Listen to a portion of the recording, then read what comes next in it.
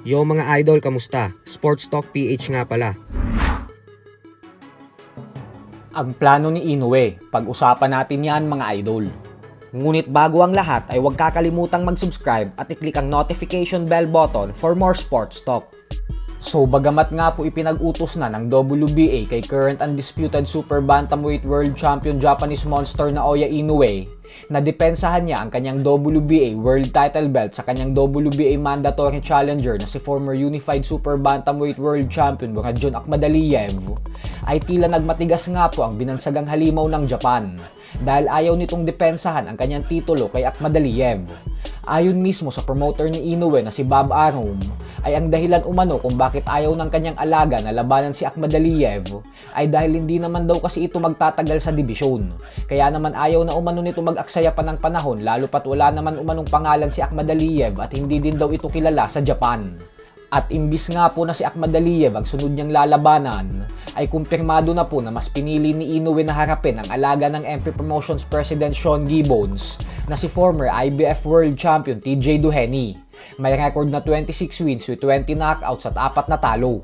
Depensa naman ni Arum sa mga bumabatikos na bakit daw mas pinili ni Inoue si Doheny, mas malakas naman umanong fighter si Akhmadaliev.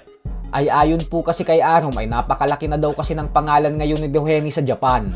Gawa ng 3 sunod-sunod na panalo nito sa bansa ng mga Hapon. At yun umano ang mahalaga pagdating sa negosyo ng boxing.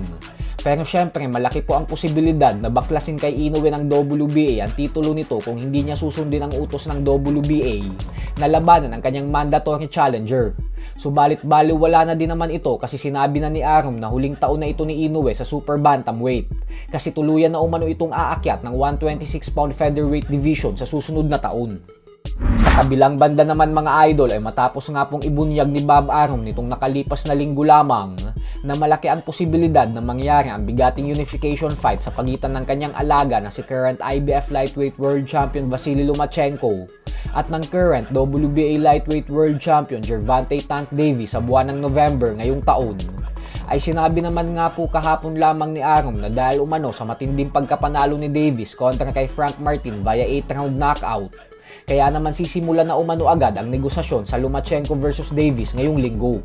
Ayon kay Arum ay handang-handa na daw si Lomachenko na labanan si Davis.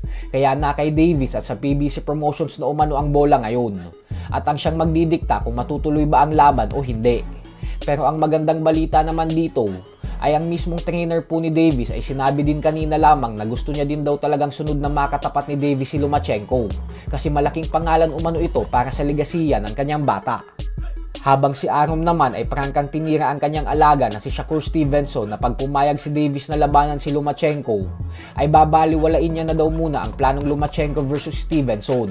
Gawa ng mas malaki umanong pera ang papasok sa kanila kung si Davis ang labanan ni Lomachenko kaysa kay Stevenson dahil isang lehitimong superstar na umano si Davis. So hanggang dito na lang po muna tayo mga idol.